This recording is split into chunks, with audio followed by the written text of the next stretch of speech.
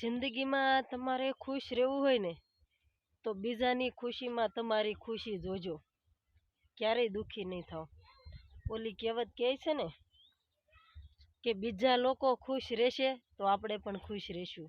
એટલા માટે જ કહું છું, તમારી ખુશી સામું ન જુઓ, બીજાની ખુશીમાં ખુશી તમે જુઓ, ક્યારેય તમારી પાસે દુઃખ નહીં આવે.